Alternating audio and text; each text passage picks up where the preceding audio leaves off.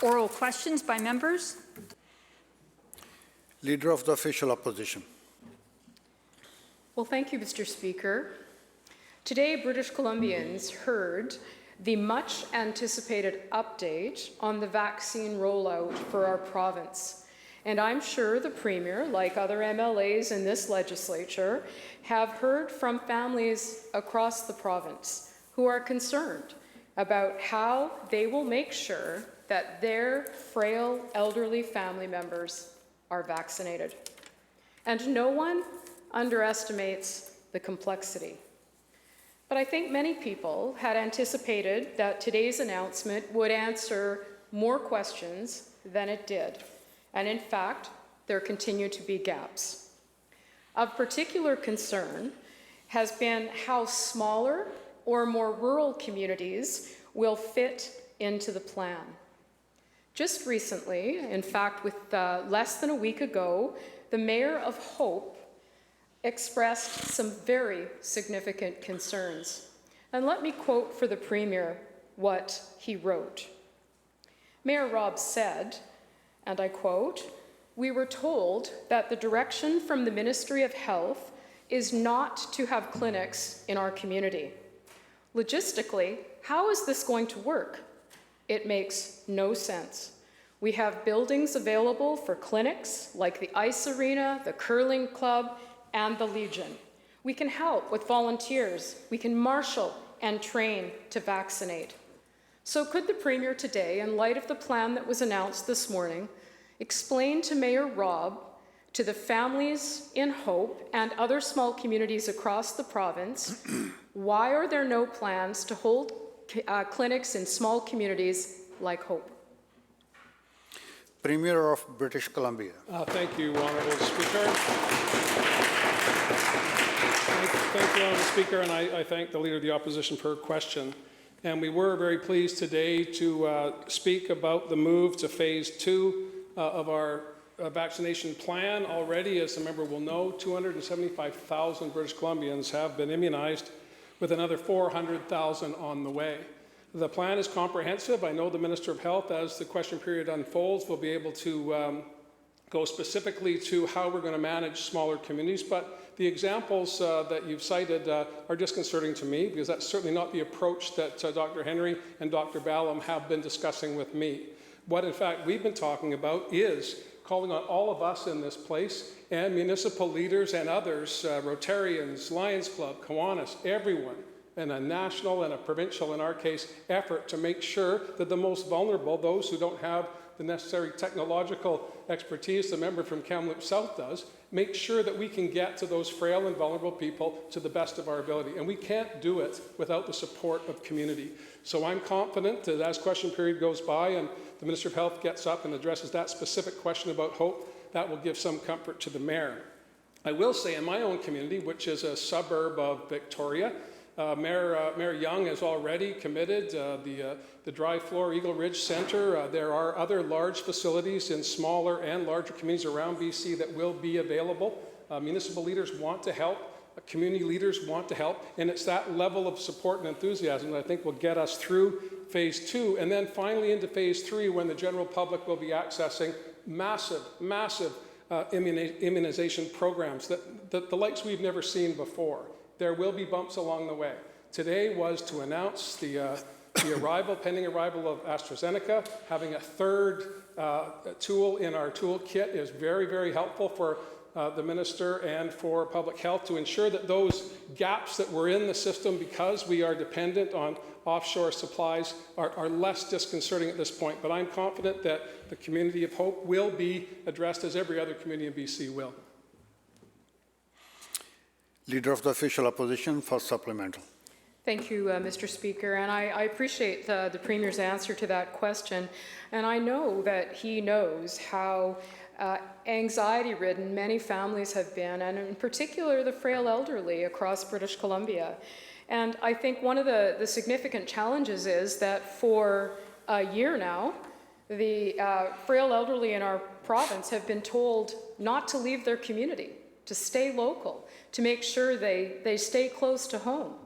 So you can imagine how surprised the mayor was to hear that there was contemplation that seniors in Hope would actually be expected to travel to receive their vaccination. It's contrary to all of the advice that has been provided to families across the province. So just less than a week ago, this is what else Mayor Robb had to say, and I quote, "This plan is wrong on so many levels and needs to be rethought to include clinics in our communities. Smaller towns and villages are under enough COVID stress without adding another layer," end quote.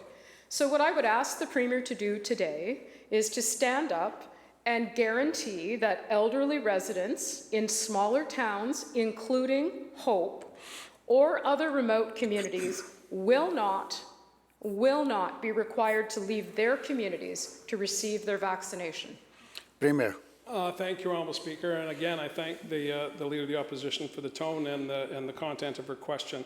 I agree, absolutely agree, that we have spent just under 12 months. It'll be next week that we announced our pandemic response plan, a year that none of us had ever anticipated. And it's been challenging. We all know that. And people are tired, they're afraid. Fatigue does not come close to it. Exhaustion, exasperation, and the anxiety that the member talks about is genuine and real. The mental health challenges that have flowed from the pandemic are as graphic as the pandemic itself. But we have made it clear through phase one, in the north, for example, in Takla Landing, as rural and remote a place, and the member knows, she's been there, I'm sure, as rural and remote a place as you can get to, vaccines came into the community. Our intent through phase one was to go to those places that could not be easily accessible, and we've been relatively successful in that. Some 90% of long-term care facilities, residents and staff have been immunized. And I have every expectation that Hope will, the residents of Hope, particularly in phase two, when we've got those in the born before 1931, will not have to travel to get immunized. We have, part of our success in phase one, honourable member, was the mobile teams that we had to go to communities. And I have every expectation that that's the case. And I'm certain that the Minister of Health will be up in a moment to give you more details.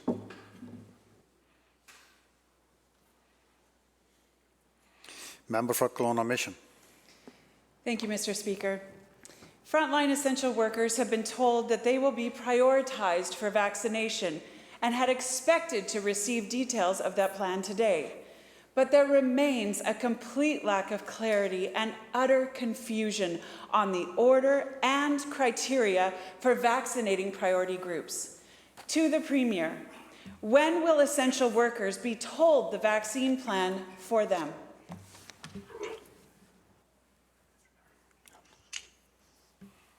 Minister of Health. Well, thank you. On January 19th, the Premier, Minister, myself as Minister of Health, Dr. Ballum, Dr. Henry released a detailed vaccination plan for the province. So far, as the Premier has said, 275,000 immunizations have taken place. And they've taken place in exactly the areas we said we would take place, based on exactly the values and the criteria, the clinical criteria that's required. Our task is to protect those most vulnerable, and we have done that. More than 90% of residents of long-term care and assisted living, more than 90% of staff in long-term care, 46,000 healthcare workers, many rural and remote Indigenous communities, etc. That was laid out specifically, and it's been followed extraordinarily well by all of the people working in public health. Our strategy with respect to the Pfizer and Moderna vaccines that work very well in our elder populations is to focus on an age-based approach. Why? Because that is the people who are most vulnerable from COVID-19. This last Friday, the Government of Canada, Health Canada, approved the AstraZeneca vaccine, which, as stated in January, they did it on Friday, as stated by Health Canada and as stated in our plan on January 19th, would be used to work with essential workers and groups. We got approval last Friday. We understand now that the vaccine will arrive, we were informed on the weekend, starting the week of March the 8th, and we'll be laying out a plan for that. So it's fairly straightforward. It was pretty clear on January 19th. It's pretty clear today. Our core is to protect the most vulnerable people in society. That's why we have an age-based approach, and we'll be using other vaccines such as AstraZeneca and the Johnson & Johnson vaccine to address the issues involving essential workers. Member for Kelowna Mission. Thank you. I would disagree with the minister because it is not clear. This pandemic has been with us for a year, and these workers expected clear answers and detailed information today. British Columbians on the front lines are stressed, they're exhausted, they're even traumatized, and the lack of answers just makes it worse. Teachers, daycare staff, dentists, agriculture workers, transit workers, first responders, all these groups deserve to know if they are considered essential and where they stand in the queue. Can the Premier give a firm date when these groups will be told if they are prioritized or not? Minister of Health. Oh, with great respect, we have enormous number of essential workers across BC. We have vaccine, and the member knows because she and her colleagues received a detailed briefing this morning that we've given priority to the most vulnerable and to essential workers in healthcare. And I don't believe, and I have not heard anyone argued with that. We've received a little over 300,000 doses of vaccine, 275,000 of which have been delivered, and more are being delivered every day. If you'll remember, and people who watched the presentation today will see the chart, we have consistently delivered vaccine as it has been received in BC, and we will continue to do so. The issue as to when people will be immunized, at least in part, depends on when we'll get vaccine. With respect to essential workers, we were clear on January the 19th. It's clearly stated in our presentation then and today. As we receive other vaccines, we can use those to assist essential workers. We found out on Friday, that AstraZeneca was approved in Canada. We found out on the weekend that we would be receiving some AstraZeneca the week of March the 8th, and we will be proceeding from there. I think that is the evidence-based, thoughtful way that we have always proceeded in British Columbia. It's why British Columbia has had, I think, such a successful record, especially assisting the most vulnerable. There have been significant losses. There's enormous hope in this vaccination campaign. And I think the presentation by the Premier and Dr. Ballin and Dr. Henry today showed that British Columbia will continue to do what needs to be done to protect the most vulnerable first and to do it in an organized and serious way.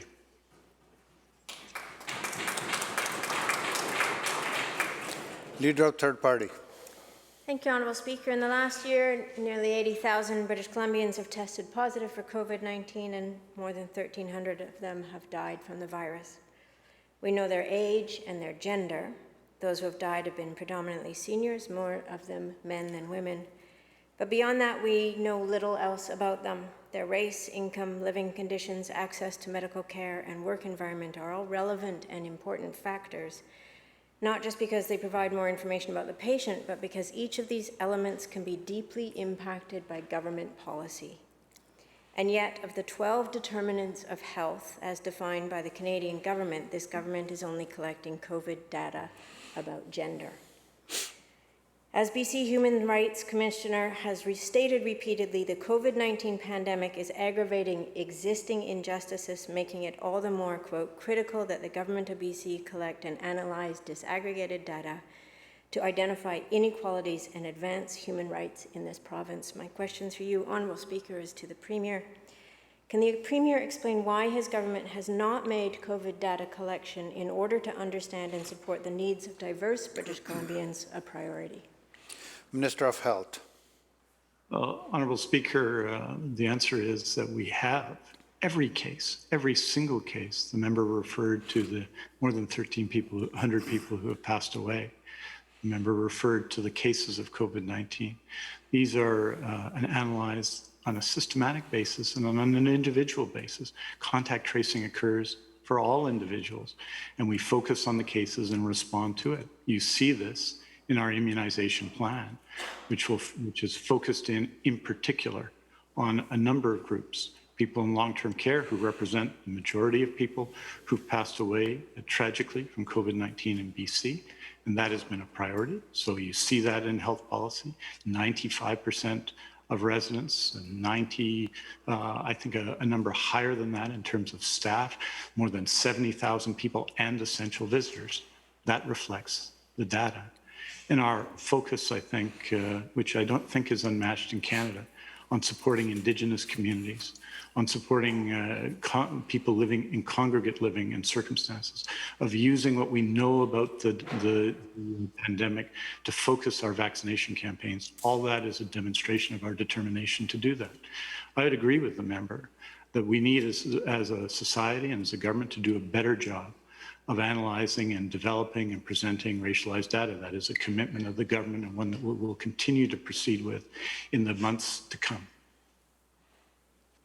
Leader of Third Party on supplemental. Thank you, Honourable Speaker, and I appreciate the Minister's response. However, the data collection beyond race and gender, or age and gender hasn't really been made public or been used to explain to how the government is informing their decisions. There is an important exception, however, Honourable Speaker. BC does collect more health data on the experiences of Indigenous British Columbians, and during the pandemic, that data has helped us make vital policy decisions as outlined in today's vaccine rollout briefing. Because the Ministry of Health has information that indicates that Indigenous people face a disproportionate risk from COVID-19, both in terms of illness and fatalities, they were able to change the vaccine rollout strategy to reflect that, saving precious lives in the process. What I remain worried about, however, are the people who are being missed. As a U.S. Director of Public Health told the New York Times in December, quote, "When I look at my data, the average age of death from COVID for a white person is 81, but for a Latinx, it's 67, and for a Black person, it's 72. This has massive implications when designing an age-based vaccine rollout. Is the situation different in our province?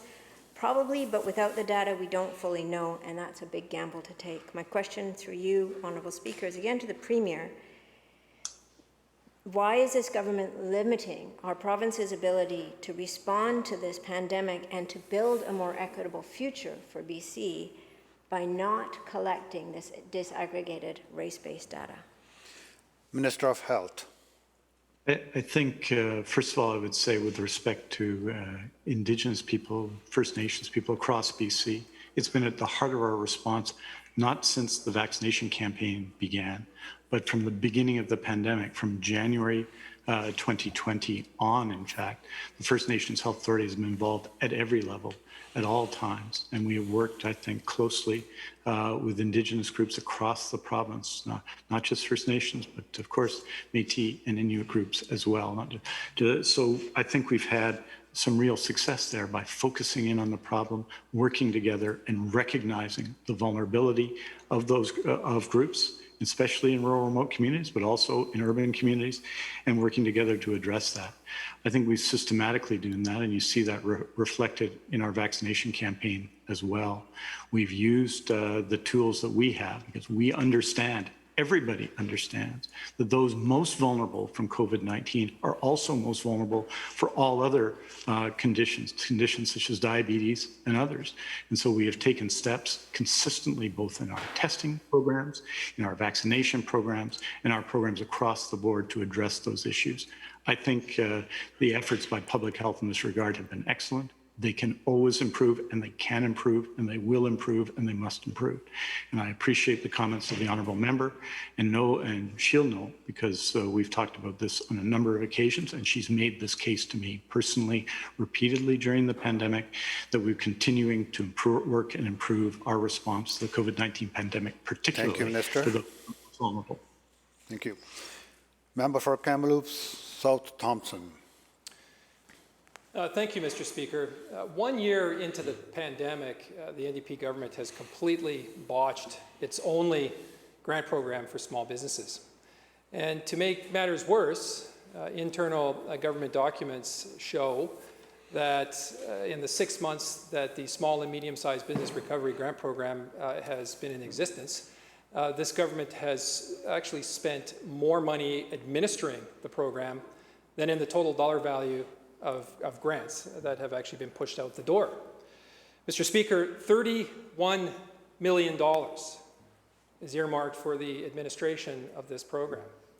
And yet, to this point, only $21 million has actually reached those small businesses who desperately need the help. So my question to the Premier would be this. Why is more money being spent on red tape in this grant program than in the dollar value of the very supports that struggling businesses and communities all over this province desperately need to survive? Minister of Jobs, Economic Recovery and Innovation. Thank you, Mr. Speaker, and thank you to the member for the question. We certainly know that there are some businesses in BC that are struggling. We also know some businesses are doing really well. And so when we put our package together, it's one of the most comprehensive packages across the country, as the member who asked the question knows. We wanted to ensure that all sectors saw the benefit. So what we have is we've got tax credits for businesses that are either hiring or rehiring employees, PST waived for businesses buying manufacturing equipment. We created a new program, Launch Online, Honourable Speaker, which helps businesses pivot to having more online presence, to be able to set up their e-commerce, to sell to greater markets. We also lowered liquor prices for restaurants, not on a permanent basis, not on a temporary basis, but a permanent basis. Member will know that this was a request made to their government numerous times, but we've taken action thanks to the Solicitor General. Now, the program has $45 million out this week. We've seen the applications continue to increase week over week. Since we made the changes, we've seen over 80% increase in applications. So that means that the changes we've made were good. We can continue to consult with small businesses across the province. We've been nimble from the beginning. The pandemic's been changing along the way, and so have we, Honourable Speaker, and we're going to continue to do that and provide those supports to support our businesses throughout BC. Member for Kamloops South Thompson supplemental. Thank you, Mr. Speaker. Well, let's be clear. Thousands of businesses all over this province are barely hanging on. They're barely hanging on in the members' community, in my community, and in every point in between. The CFIB last week indicated that 1 of 7 small businesses in British Columbia today are at risk of closing and closing soon. That's 25,000 small businesses that are at risk, Mr. Speaker. And more importantly, they employ 300,000 British Columbians. So only in NDP land does it make sense to set up put $300 million into a grant program for small business, only to then make the eligibility criteria and the application process so complicated, so onerous, that those very businesses who need the help cannot access the funds there to support them. Mr. Speaker, small business owners are tapped out. They've tapped out their savings. They've run up their lines of credit. They've used all the space they have on their credit cards. They're struggling, and they need this government to fix this botched program. Mr. Speaker, to the Premier, why is $31 million being spent on red tape to administer an application process, which is essentially a 4-box form? Why is that much money being spent on what is essentially a box-ticking exercise instead of getting those funds immediately out to the small businesses who need those dollars to make sure that they're still standing on the other side of this pandemic? Minister. Thank you, Honourable Speaker. And again, thank the member for the question. As I've mentioned many times, and I'll continue to do so, we have one of the most comprehensive support programs in all of Canada. A recent report just came out that said BC had the highest per capita direct contributions to businesses and people than any other jurisdiction in Canada. Honourable Speaker. And the member mentioned CFIB, and I know that I've had a chance to meet with CFIB. They also mentioned to us that BC is the envy of Canada. Jurisdictions across, their members across Canada are looking to BC and saying, how can we ensure that our governments are doing similar things as BC? Member also failed to mention, Honourable Speaker, that surveys also share that 70% of all businesses are relying on government supports right now. So we know the programs that we put in place are helping businesses, and we're going to continue to provide those supports as long as they need them. Thank you. Member for Abbotsford West. Thanks, Mr. Speaker. Well, 21 million out of 300 million is hardly the envy of the nation. These businesses, Mr. Speaker, have followed all of the rules, and they're drowning. They're drowning, Mr. Speaker. They've been treading water. They have been treading water, and they are exhausted. And what does the government do? The government has pretended to create a lifeline for them. And when these desperate businesses reach out to grab hold of that lifeline, the government snaps it away and waves a bunch of paper in their face. A drowning business, Mr. Speaker, doesn't have time to design the perfect website. A drowning business doesn't have time to design the perfect spring ad campaign. A drowning business needs money to pay their employees, to pay their rent, and to pay their suppliers, Mr. Speaker.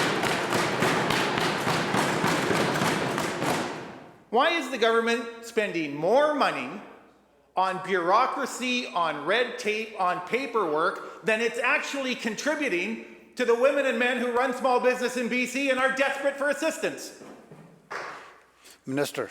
Thank you, Honourable Speaker. Clearly, the member didn't look up the program, Launch Online, because if he had, he would know that we're not requiring the businesses to build their websites themselves. We're giving them up to $7,500 to bring in another company to do the work for them. Up to $7,500 for each business to hire a consultant to come and do the work for them. We heard from businesses, Honourable Speaker. They said that some of them created websites, but they found that they weren't adequate. And so this dollars will be able to support them in getting the professional services that they need, Honourable Speaker. We're going to continue to provide those supports. They're critically important supports. The amount of applications we're seeing for that program is through the roof. Businesses know they need to pivot, and we're here to support them while they do that. Thank you. Member for Abbotsford West on supplemental. Well, thanks, Mr. Speaker. Well, I don't know if the minister has read his own application form. The government wants to know about new e-commerce platforms, wants to know about advertising to reach new markets. These businesses are drowning, Mr. Speaker. I don't know if they're drowning today. They're drowning today, and instead of actually throwing them a lifeline, the government's saying, well, what kind of new boat would you design sometime in the future? Mr. Speaker, they don't have the time or the means to build the new boat. They're trying to keep the lights on. They're trying to keep their employees employed. And instead, this minister and this government are throwing a bunch of paperwork at them instead of the funds and the support they need to keep the lights on and keep people working in British Columbia. 21 million out of 300 billion. The minister calls that a success? Bureaucracy that is going to cost another 31 million? How does the minister defend spending $31 million on a program that thus far has only provided $21 million support to the hardworking men and women who run BC small businesses? Minister. Thank you, Honourable Speaker. Again, the member failed to read through the program. He failed to understand that the businesses don't actually themselves have to create the online website. They don't have to create their e-commerce. The whole purpose of the fund is so that they can hire a consultant to do the work. We're not asking them, we're not paying them to create their own website. We're not giving them money to set up their own e-commerce. We're giving them money so they can hire a consultant to do that work. And guess what? Every single chamber I met with said this is the program we need. Every single association we met with said we need more of these programs, Honourable Speaker, not less. So Let's I don't hear the answer, understand please. what this member doesn't understand about this program. It's, yeah, that's right. He doesn't use email, so I guess that's why he doesn't understand this program. Honourable Speaker. This is exactly what businesses have been asking for, and this is what we're delivering, Honourable Speaker. Businesses want support, so we're going to continue to provide those supports to them. Member for Kamloops North Thompson. Well, thank you, Mr. Speaker. What's very clear is that we have a program that on March 23rd last year, $1.5 billion unanimously approved by this Assembly. It took until September for the $300 million program to even be identified, right before the election, conveniently enough. Here we are 6 months later, 7 months later, And we know that out of that $300 million program that was announced, only $21 million has been expended to the businesses in need. Yet $31.6 million has been expended in the bureaucracy of it. So I'll read something to the minister, because this is a real person with a real livelihood at stake, whose real business is in real dire straits. And this business has actually been closed by health order the whole time, because it's a nightclub in Kamloops. Here's the quote from the owner. "This has become very fatiguing. I'm not sure this grant is going to help any businesses when you put this much stress on the business owners." Now, this is an email from February 24th. Here's another quote. "I'm sorry, but this is a complete travesty. Mandatory nightclub full closure since March 14th of 2020. It's almost 1 full year without any provincial assistance whatsoever. And then when you do offer something, it's unattainable due to red tape." So, Mr. Speaker, the minister and the premier can spin all they want. The reality is the businesses that need the help, that need the support, that have mortgaged everything to try to stay open, or even have a physical building to go back to when things reopen, are hurting. And this minister would rather spend more money on administration and that red tape than actually putting the money out the door. When will the premier fix this mess, get the money in the hands of the businesses that need it, and stop trying to deflect everything when it's very clearly a program under their purview that they have messed up so badly? Minister of Jobs, Economic Recovery and Innovation. Thank you, Honourable Speaker. I think the members are mixing up all the programs, so let me highlight a little bit for them. $3 billion, Honourable Speaker, $3 billion we've spent to support our businesses through the pandemic. Early on, we cut property taxes, we prohibited commercial evictions, we forgave hydro bills, we worked with the federal government on a wage subsidy and commercial rent program, we put tax credits in place for hiring and rehiring employees, we waived PST on manufactured goods, we created launch online programs, we created agri-tech programs, we created manufacturing programs, we cut 25% for liquor pricing for restaurants, Honourable Speaker. That's why the reports are saying that we have one of the most comprehensive support packages across the country. And we're proud of that. 98.7% jobs come back to BC to pre-pandemic levels. We're going to continue to do the work to support our businesses, Honourable Speaker.